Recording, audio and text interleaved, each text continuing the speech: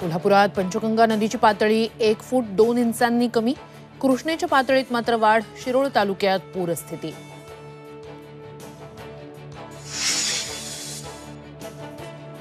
मुंबईची पाणी कपात आजपासून मागे. धरणांमध्ये 73% साठा. पाणी पुरवठा पूर्ववत.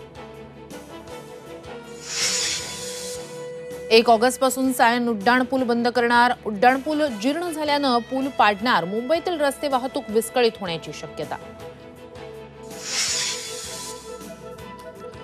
मनसे अध्यक्ष राज ठाकरे पुणे दौऱ्यावर. पुण्यात पक्ष कार्यालयाला भेट देणार. विधानसभा निवडणुकीच्या पार्श्वभूमीवर पुण्यात मोर्चे बांधणी.